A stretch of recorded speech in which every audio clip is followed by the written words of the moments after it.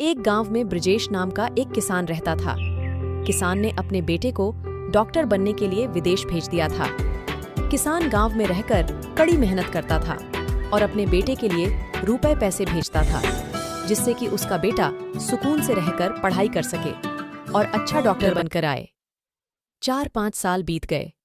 जब राजेश का डॉक्टर बनकर घर आने का टाइम हुआ तो उसने विदेश में ही किसी लड़की से शादी कर ली और उसे गांव लेकर आया।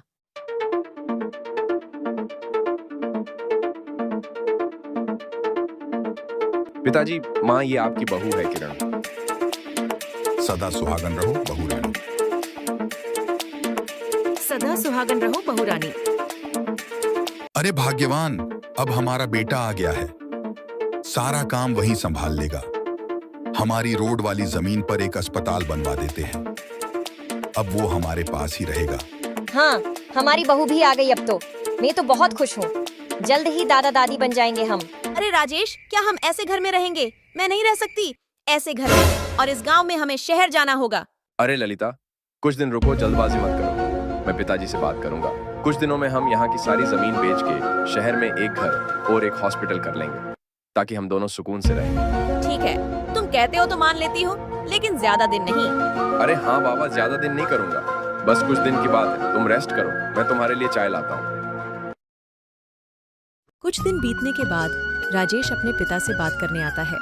पिताजी, मुझे आपसे कुछ बात करनी है। हाँ बेटा, बोलो क्या बात है, सब ठीक तो है ना? पिताजी, दरअसल बात ऐसी है कि मैं शहर में शिफ्ट होना चाहता हूँ, तो मैं सोच रहा था कि हम यहाँ की जमीन बेच दें और शहर में एक घर ले ले। वहाँ से हॉस्पिटल आने जाने में भी सुविधा रहेगी। राजेश की बात सुनकर ब्रजेश सोच में पड़ गया और उसकी पत्नी के पास गया।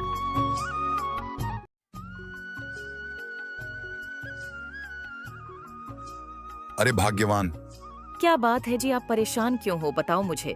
हमारा बेटा शहर जाने की बात कर रहा है, कह रहा है कि यहाँ से सब कुछ बेच के हम शहर में जाकर रहे। तो इसमें परेशान होने की क्या बात है? कोई बात नहीं, जहाँ वो चाहता है रहने दीजिए। हमें क्या 2 रोटी तो खानी है, हमें उसकी खुशी में ही हमारी खुशी है।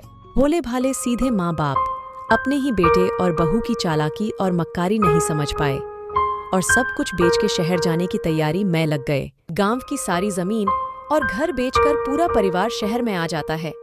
पिंकी डॉक्टर बनने विदेश चली जाती है, परंतु वहां जाने के बाद भी वो अपने दादा दादी से डेली बात करती थी। एक दिन अचानक, राजेश, अब बहुत हुआ।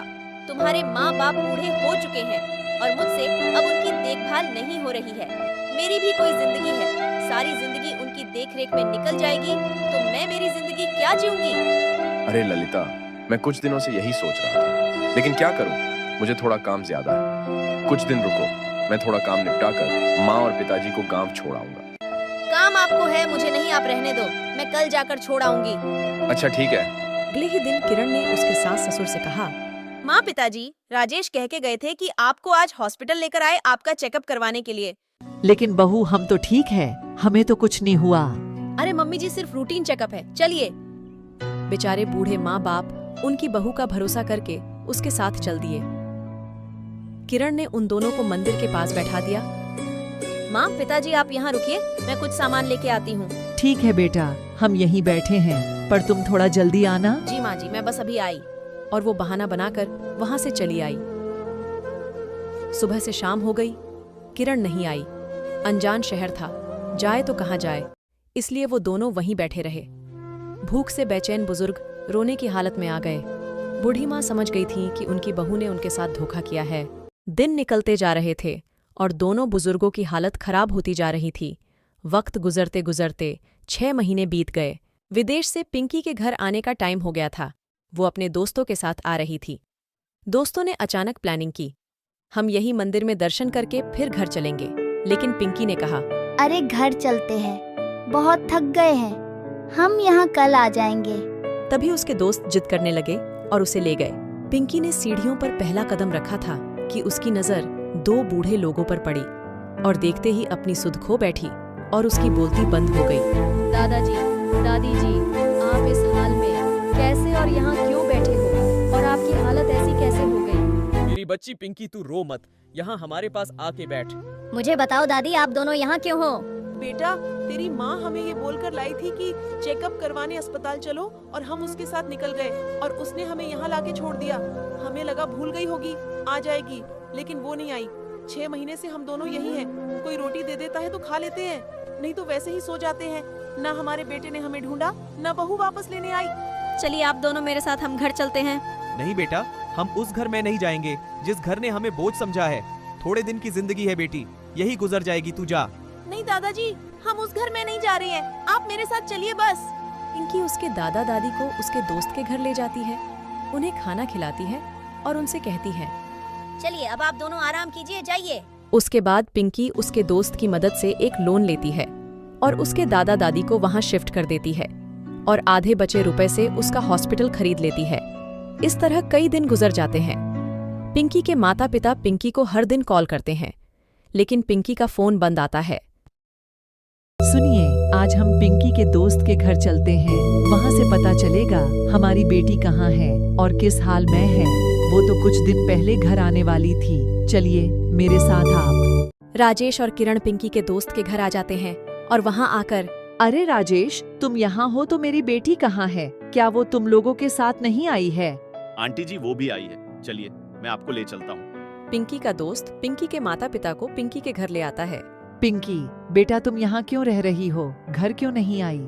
हमने तुम्हें इतने कॉल्स किए, तुम्हारा फोन भी बंद आ रहा था। अच्छा कोई बात नहीं, अब हमारे साथ घर चलो। अरे मान ना मान, मैं तेरा मेहमान कौन हूँ आप लोग? मैं तो नहीं जानती आप लोगों को। अरे मेरी बच्ची, हम तेरे माता पिता हैं। अरे आप लोग यहाँ? अच्छा, तो आप दोनों ने हमारी बेटी को पट्टी पढ़ाई है। आपको शर्म नहीं आई? एक माँ से उसकी बेटी को दूर करते हुए। धिक्कार है आप दोनों पर। माँ पिताजी, हमें आपसे ये उम्मीद नहीं थी। अच्छा, तो अब आप दोनों ये बात कर रहे हो कि इन्हें शर्म आनी चाहिए। अरे शर्म तो आपको आनी चाहिए माँ। इतनी बेरहमी के साथ तुमने मेरे दादा दादी को मंदिर के बाहर छोड़ दिया। इन दोनों पर तरस नहीं आया आपको? 2 रोटी तो खाते थे ये दोनों। कौन सा तुम्हारे धन खा रहे थे आप दोनों? कौन सा तुम्हारे धन खा रहे थे आप दोनों? के लिए इन्होंने अपना घर जमीन सब बेच दिया, सिर्फ आप दोनों की खुशी के लिए। और माँ, आपको कभी भी दादा दादी ने बहू नहीं समझा, हमेशा अपनी बेटी की तरह रखा। तो क्या इतनी घटिया, जल्लाद और मक्कार होती है बेटियां? मैं थूकती हूँ उस लम्हे पर जब मैंने आपसे जन्म लिया। चले जाइए यहाँ से। आपकी कोई बेटी नहीं है, मर चुकी है। किरण, तुमने तो कहा था कि मैं माँ बाबूजी को गांव छोड़ आई हूँ, तो फिर ये पिंकी क्या कह रही है? ये दोनों मंदिर के बाहर कैसे आए? पिताजी जाइए यहाँ से, और आपकी बीवी से जो सवाल करना है आपके घर ले जाकर कीजिए।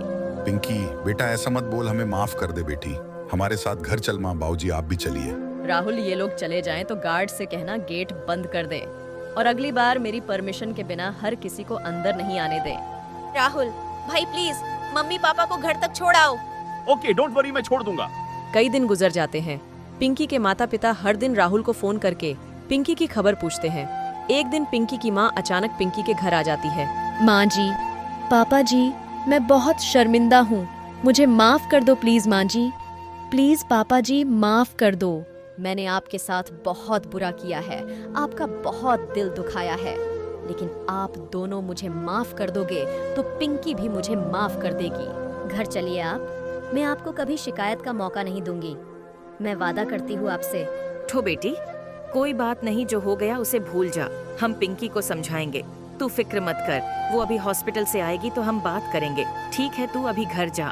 ठीक है माँ जी। शाम को पिंकी घर आई तो उसने देखा उसके दादा दादी उदास बैठे हैं। पिंकी ने उसके दादा दादी से पूछा, अरे मेरे प्यारे दादा दादी उदास क्यों हैं? क्या बात है? सब ठीक है ना? क्या बताऊं बेटी, बुढ़ापे में एक माँ बाप को उनके बच्चों के साथ रहने का मन करता है, लेकिन हमारे बच्चे तो ऐसे निकले कि बस यही सोचकर उदास हैं हम दोनों। दादा दादी की बात सुनकर पिंकी भी टेंशन में आ जाती है और उसके रूम में जाकर उसके दोस्त राहुल को कॉल करती है। राहुल, क्या तुम मेरा एक काम करोगे? कल माँ और पिताजी को लेकर घर आ जाओ सुबह। उनसे कुछ मत कहना, सीधे घर ले आओ। सुबह सवेरे ही पिंकी के माँ पिताजी घर आते हैं। पिंकी के माता पिता को देखकर पिंकी के दादा दादी बहुत खुश होते हैं। पिंकी उसके माता पिता से कहती है, अब आप दोनों हमारे साथ रहिए। सब लोग खुशी खुशी एक साथ रहने लगे थे। इस कहानी से हमें ये शिक्षा मिलती है कि कर्म हमेशा अच्छे करना चाहिए, क्योंकि बुरे कर्म इसी दुनिया में हमारे सामने आते हैं और अच्छे कर्मों का फल भी इसी दुनिया में मिलता है।